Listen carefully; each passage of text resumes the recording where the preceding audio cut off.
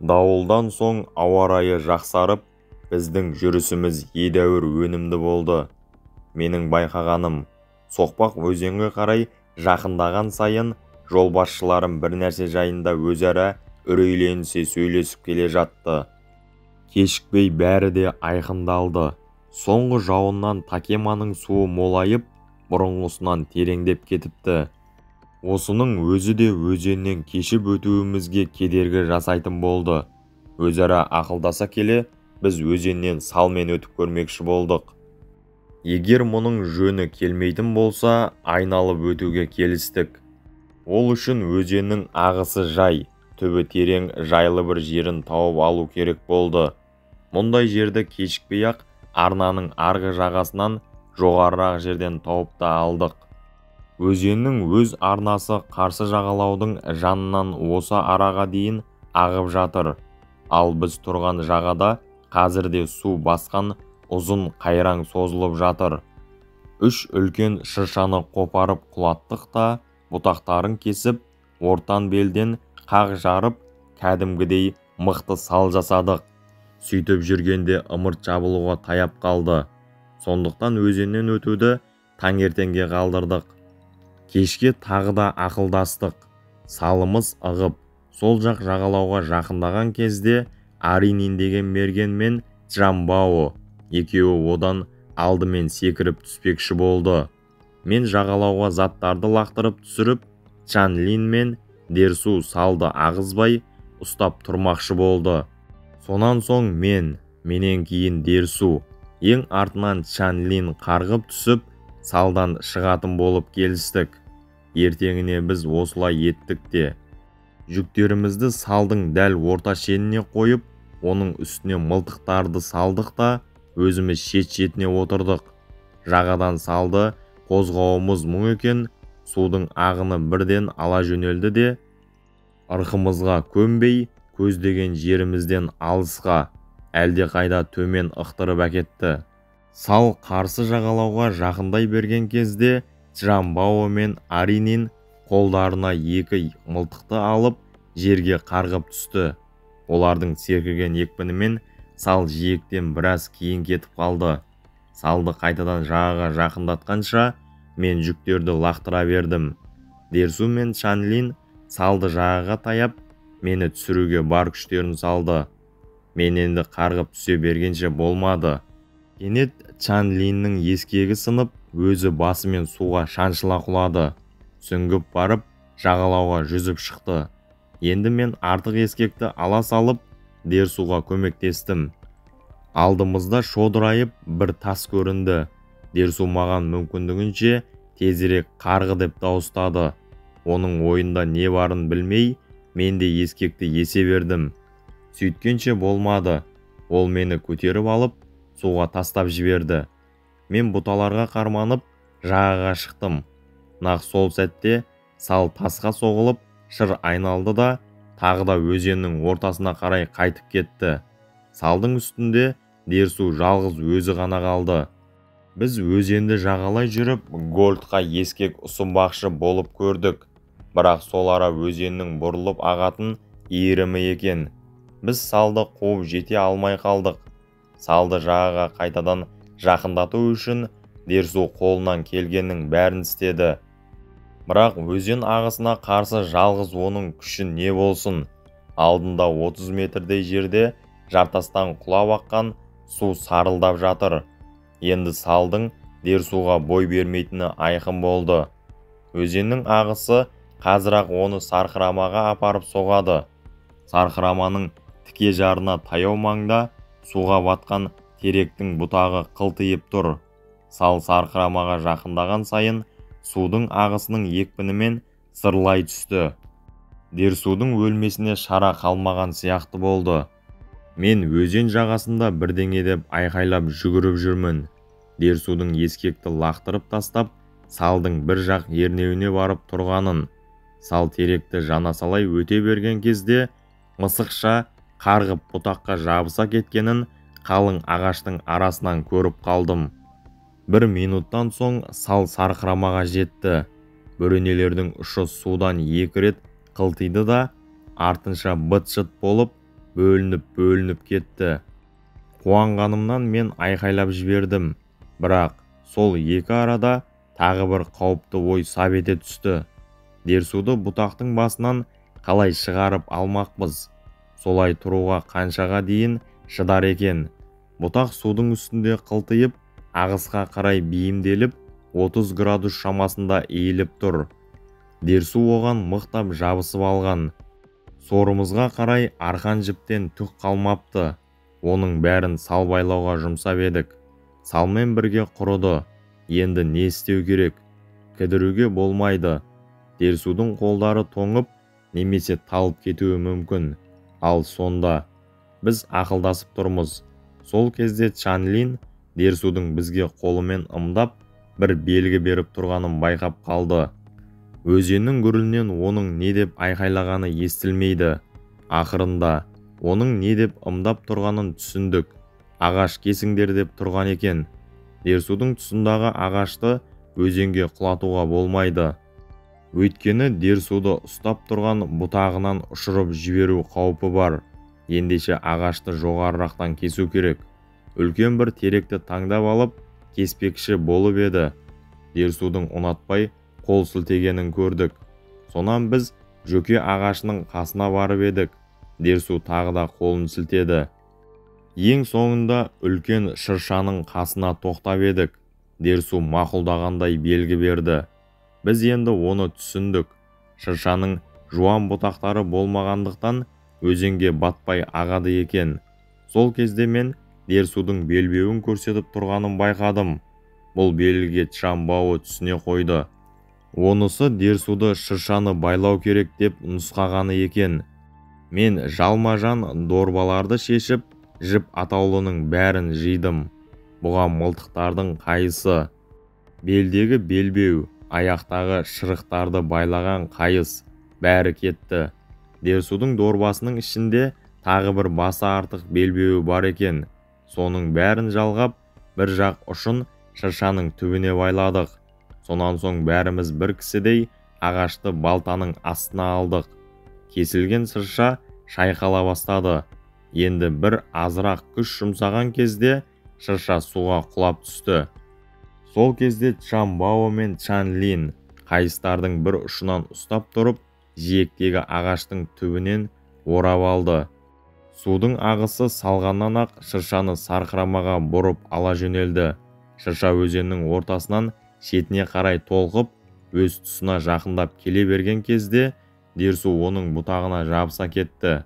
Сонан соң мен оған сырғауыл созып, жағаға тартып шығарып алдым. Голдтың дер кезінде мені салдың үстінен итеріп жібергеніне рахмет айттым. Дерсу қипақтап тұрып, солай ету керек болғанын. Өйтпегенде ол секіріп түсіп, мен салдың үстінде қалғанда суға кетіп қалуым ықтимал екенін айтты. Ал қазір бәріміз аман есен тағы да бірге отырмыз деді. Оның сөзі рас еді. Сонымен бірге ол менің басыма төнген қатерден мені сақтау үшін өз басын өлімге қиып, тәуекелге бел байлады. Адам қауіп-қатерді тез ұмытады. Одан құтылса болды, дереу қалжыңдасуға кіріседі. Чанлин тамағы жыртылғанша қарқылдап күліп, Дерсудың бұтаққа жабысып отырған түрін салып, бүкірейді. Чжан Бао күліп, Дерсудың бұтаққа тастай қатып жабысуына қарағанда, аю мен ілік шатысы жоқ па екен деп қалдым деді. Чанлиннің суға қалай құлағанын айтып, Дерсудың өзі де күліп отыр. Жағаға қалай шығып қалғанын өзі де сезбеді деп маған жұрт күлісті. Келесі күні Такема өзенінің алабынан төмен қарай жөнімізге жүріп кеттік те 3,5 күнде ешқандай бөгетсіз теңізге жеттік. Бұл қыркүйектің 22-сі күні еді. Фанзаның ішіне төселген таза бойраның үстінде қалай рахаттанып, керіліп жаттым десеңші. Меймандос тұрғын ел бізді мәпелеп, шын пейілмен күтті. Біреуі ет әкелсе, екіншісі шай, үшіншісі кепкен балық әкелді. Суға шомылып, таза киініп алдым да мен өз ісіме кірістім. 25 қыркүйекте таңертең Такемамен қоштасып, онан әрі солтүстікке қарай жүріп кеттік. Мен Чанлинге бізбен еріп жүр деп едім, ол көнбеді. Бұлғын аулау мерзімі жақындап қалыпты. Тұзақ, құрал жабдықтар әзірлеп, қысқы аңшылықтың қамын жасау керек екен. Мен оған кішкентай бердеңкемді сыйладым да, достық көңілмен айырылыстық. Такемадан солтүстікке қарай 2 жол шықты.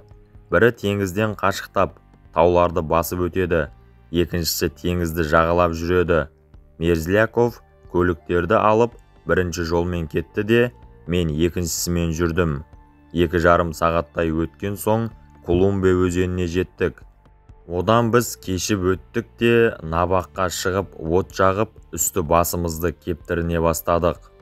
Бұл арадан жоғарыда отырған кісіге суда не болып жатқанының бәрі жақсы көрініп тұр. Кетаның күзде жүру кезеңі жаңа ғана басталған еді. Мыңдаған балық өзеннің түбін көрсетпейді. Кейде кеталар тапжылмай тұрады да, бірдеңеден шошынғандай, бір мезгілде жан-жаққа тым-тырақай қашып, артынша баяу жүзіп кейін қайтады. Джамбао 2 балық атып алды. Бұл біздің кешкі тамағымызға толық жетіп тұрды. Теңіз алабының солтүстік жағында, теңіз жары тауларға тірелген жерде кесек көлденең тұрған биік қиятас жолымызды бөгеді. Сол арадан өрмелеп жоғары шығуымыз керек. Тастардан ұстауға болмайды. Қозғалып, орнынан қопарылып құлап түседі. Жартастың сырт жағындағы соқпақ теңіздің бетінен 20 метр биік қиямен жүреді. Соқпақпен тура жүру қауіпті. Өйткені соқпақтың ернеуі тар. Бұл арада бетіңді жартасқа беріп, қолыңмен жартастың кедір бұдырына жармасып, тек бір бүйірлей ғана ілгері жылжуға болады. Әлгі жағаның өзі тегіс емес. Теңізге қарай түйетайлы. Бұл арада көп адам өлген. Одехелер бұл құзды Кулегапани деп атайды да, қытайлар Ван Син Лаза деп аңдаусызда құлап, алғаш құрбан болған Ван Син деген Қытайдың есімімен атайды екен. Бұл жерден етекпен жүру қауіпті. Одан өткен кісілер жалаң аяқ, әйтпесе аяқтарына жұмсақ, әрі құрғақ аяқ киім киіп өтеді. Жауынды күндері таңертеңгілік шық түскен кездерде және көк тайғақ, мұздақ кездерде Ван Син Лазадан өтуге болмайды. Колумбе өзенін кешіп өткен кезде біздің аяқтарымыз су болып қалған еді. Сондықтан Ван Син Лаза жартасынан ертең өтпекші болдық. Сонан соң қонатын орын қарастыра бастадық. Сөйтіп жүргенде жағаға таяу судың ішінен бір жануар көрінді. Ол басын көкжиектеп бізге әуестене қарады. Бұл ескек табанды жануарлар тобына жататын нерпа деген аң екен. Нерпа өмірінің көбін суда өткізеді. Бірақ кей кездерде жағалаудағы тастарға шығып демалады. Нерпаның ұйқысы сергек. Ол әлсін-әлсін оянып, жан-жағына алақтап қарай береді. Оның өзге сезім мүшелерінен гөрі есту, көру мүшелері сезімтал. Нерпа құрғақта жүруге қандай икемсіз болса, суда жүзуге соншалық икемді. Ол өзінің туып өскен табиғатында өте өжет, тіпті кейде адамдарға да шабады. Нерпаның бір өзгешелігі сол, ол әуелгі музыка үніне құмар келеді. Аңшылар нерпаны ысқырып, немесе қаңылтыр сияқты бір затты таяқпен ұрып, салдырлатып шақырады екен. Дерсу нерпаға бірдеңе деп айқай салды. Нерпа сүңгіп кетті де, 1 минуттан соң су бетіне қайта шықты. Сол кезде Дерсу оған тас лақтырды. Нерпа суға батып кетті де, кешікпей қайта жоғары шығып, басын кегжитіп, біз жаққа қадала қарап тұрды. Бұған Гольдтың ызасы келді. Қолына түскен винтовканы жалмажан ала салып, атып жіберді. Оқ аңның дәл жанына барып, шолп етіп түсті. «Эх, достым, мүлт кеттің ғой», дедім мен оған. «Менікі оны қорқытқан, өлтіргім келмейді», деп жауап берді ол. «Нерпаны неге шошыттың?» деп сұрап едім. Дерсу бұл жағалауға қанша адам келгенін, Нерпаның санап тұрғанын айтты. Адамдар аңды санауға тиіс, ал Нерпа бұл оның аңшылық намысына тиіп кетсе керек. Күннің екінші жартысы тез өтіп кетті. Джамбао мен Дерсу жартасты шолуға кетті. Олар бос тұрған тастарды құлатып, тіпті мүмкін болса баспалдақ жасамақшы болды. Ал мен әбден қас қарайғанша жүрер жолымыздың жобасын сызумен отырдым. Солтүстікке қарай жүрген сайын теңіз жағасының жарқабақтары биіктеген үстіне биіктей береді. Теңіздің нақ жағалауында тұрған Найнин шыңының етегінен біз Корей фанзасын тауып алдық. Фанза иелері шаян мен бұлғын аулап кәсіп етеді екен. Фанзаға таяу маңнан көпірлер деп аталатын бұлғынға құрған олардың тұзағын көрдік. Мұндай тұзақты корейлер өзеннің бір жағасынан екінші жағасына көлденең құлаған ағаштардан жасайды. Тұзақ құруға жер ыңғайлы болып, бірақ таяу маңда құлап жатқан ағаштар болмаса, олар кейде сау ағаштардың өзін құлатады. Бөрененің орта шенінен ұсақ талдан керте тоқылады. Оның бір жерінен тар тесік қалдырып, оған кесе көлденең қыл тұзақ құрады. Бөрененің қырлары жонылып, бұлғын кертенің басқа жағынан айналып өтіп кете алмайтын болады. Тұзақтың бір ұшы кішкентай таяққа байланады да, таяқты іліп қана тұратындай етіп, бос қадап қояды. Осы таяққа тағы да ауыр салмақ, 3-4 килограмдық тас байланады. Бұлғын осы көпірмен жүгіріп келе жатып, кертеге барып тіреледі. Айналып өтейін десе, бөрененің тегістеп жонылған қырларынан жүре алмайды. Сол кезде ол тұзақтан қарғып кетпек болады да, тұзаққа оралып, жұлқынып жүріп таяқты жұлып алады. Таяқ жұлынған кезде бір жағына байланған тас суға түсіп, өзімен бірге бұлғынды да ала түседі. Корейлер бұлғын аулаудағы өздерінің әдісін ең қолайлы әдіс деп есептейді. Өйткені құрған тұзақтарына бұлғынның түсуі күмәнсіз. Кетіп қалатын еш мүмкіндігі болмайды. Оның үстіне су ішінде бұлғынның терісі бүлінбейді. Қарға құзғынға жем болмайды. Ертеңіне біз өз жөнімізбен солтүстікке қарай жүріп кеттік.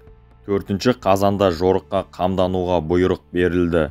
Менің ендігі ойым Амагу өзенінің бойымен өрлеп басына дейін барып, сонан соң Карту жотасынан асып, Колумбе өзенін жағалай отырып, теңіз жағасына түсу. Кер жақтар маған бұл екі өзеннің бойында да кесе өткізбейтін қия тастар мен таудың құлама жыныстары көп екенін айтты. Олар қашырларыңды біздің деревняға тастап, қапшықтарыңды арқалап, жаяу кетіңдер деп ақыл берді. Солай болған соң жорыққа мен Дерсуды ғана ертіп шықпақ болдым. Джамбауэ мен Фокин деген мерген 2 күндей бізбен бірге жүреді. Сонан соң біз ілгері кетеміз де, олар кейін қайтады. Менің есебімше біздің азығымыз жүретін жолымыздың 3-тен 2-сіне жетеді. Сондықтан мен Мерзляковпен келісіп, Сәледесен Удехені 2 мерген қосып, Ван Син Лаза шыңына жіберуге әмір еттім. Олар онда барған соң көзге көрінетін жерге азық түлік қойып кетулері керек. Ертеңіне 5 қазанда ауыр қапшықтарымызды арқалап жолға шықтық. Әрең байқаларлық ескі сүрлеу бізді Дунанса өзенінің Амугіге құятын жеріне алып келді. Тағы да 1 шақырымдай жүріп барып, Қайранға жеттік те қонуға айналдық. Күн батуға әлі де 1 сағаттан артық уақыт бар еді. Мен соны босқа өткізбей, Дунанса өзенінен жоғары өрлеп, аң аулауға кеттім. Ағаш жапырақтары борай ұшып түсіп жатыр. Орманның түсі күн сайын қуаң тартып, меңірeuленіп, қыстың жақындап қалғанын сездіріп тұр. Жалғыз-ақ емендердің ғана жапырағы өзінде, бірақ оларда сарғайып, қасірет шегіп тұрғанға ұқсайды. Сән-салтанатынан айырылған бұталар тіпті бірінен бірі айнымайды. Ызғар тартып, бетін жапырақ жапқан қара жер қатты ұйқыда. Өсімдіктер талас тартыссыз өлімге мойын ұсынуда. Мен қиялға батып жүріп келе жатып, нақ осы ымырт сәтінде бұл жерге неге келгенім есімнен мүлде шығып кетіпті. Кенет арт жағымнан бірдеңе сыбдыр ете түсті. Жалт қарасам, бір түрлі кейіпсіз, белі бүкір, ақ сирақты бір аң екен. Үп-үлкен басын алға созып, орман ішімен жортып келеді. Мен мылтығымды оңтайланып, көздей беріп едім. Сөйткенше басқа бір оқ тиді. Жануар жығылды. Аңның құлаған жеріне қарай жарды жағалап түсіп келе жатқан Дерсуды көрдім. Дерсудың атып жыққаны Бұлан дейтін аң екен.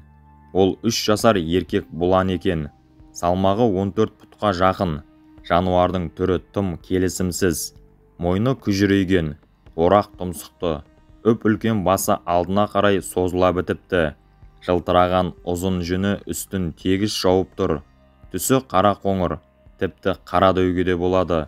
Аяқтары ақшыл. Бұлан өте қайсараң. Оны бір-ақ рет үркітсе болды. Үйреншікті жайылымынан да көпке дейін безіп кетеді. Аңшыдан қашқанда еш уақытта шапқылап қашпайды, желіп отырады. Бұлан шалшық суда шомылуды мейлінше жақсы көреді. Ол жараланып қалса да қашып кетеді.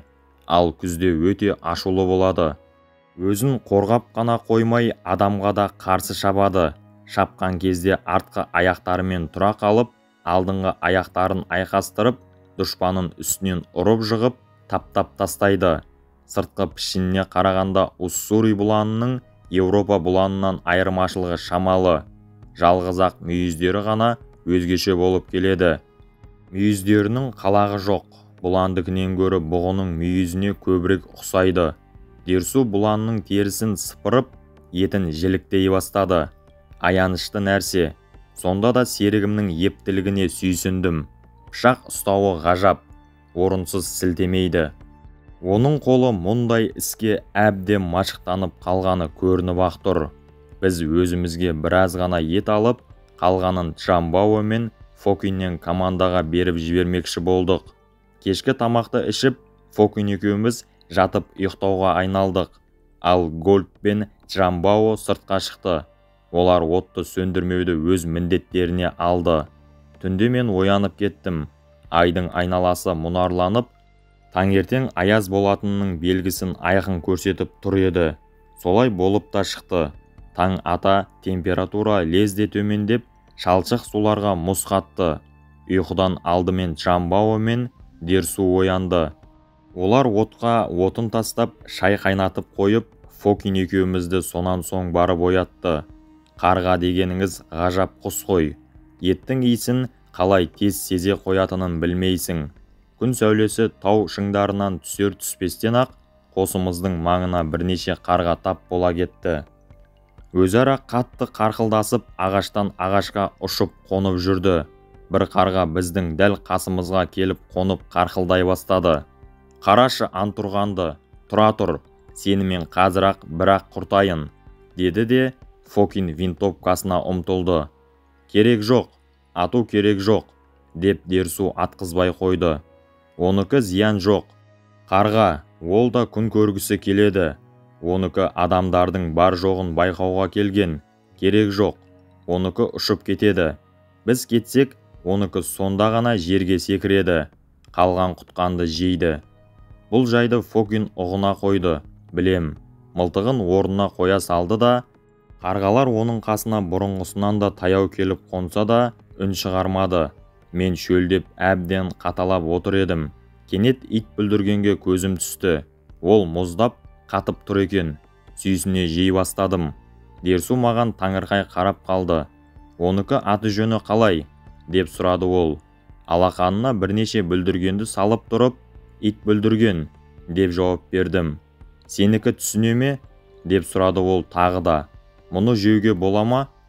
Болады. Мұндай бүлдіргенді сен білмеуші ме едің?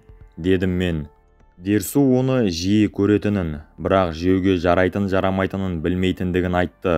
Кей жерде бүлдіргеннің көптігі соншалық, тіпті кейбір алаңдар қып-қызыл бояумен бояп қойған сияқты боп көрінеді. Кешке мен өзімнің көрген білгендерімді жазып отырдым. Ал Дерсу істік темірге қақтап ет пісірді. Тамақ ішіп отырып, мен бір кесек етті отқа тастай салдым. Дерсу оттан тез суырып алып, сыртқа лақтырып тастады. Етті отқа неге тастайсың? Деп сұрады ол, мені ұнатпаған пішінмен. Бостан-босқа отқа жаққаның бола ма? Біздікі ертең кетеді. Мұнда басқа адамдар келеді, жейді. Етті отқа тастасаң босқа кетеді. Мұнда басқа кім келеді? Деп сұрадым мен одан. Кім келедісі несі? Деді ол таңырқап. Жанат келеді, борсық келеді, немесе қарға келеді. Қарға болмаса тышқан келеді, тышқан жоқ болса құмырсқа келеді. Тайгада әртүрлі адамдар көп қой. Маған енді түсінікті болды. Дерсу адамдардың ғана қамын ойлап қоймайды, аңдардың да, тіпті құмырсқа сияқты ұсақ жәндіктердің де қамын ойлайды екен. Ол тайганы, оны мекендеушілерді түгел жақсы көретіндіктен қолынан келгенше оларға қамқорлық жасайды.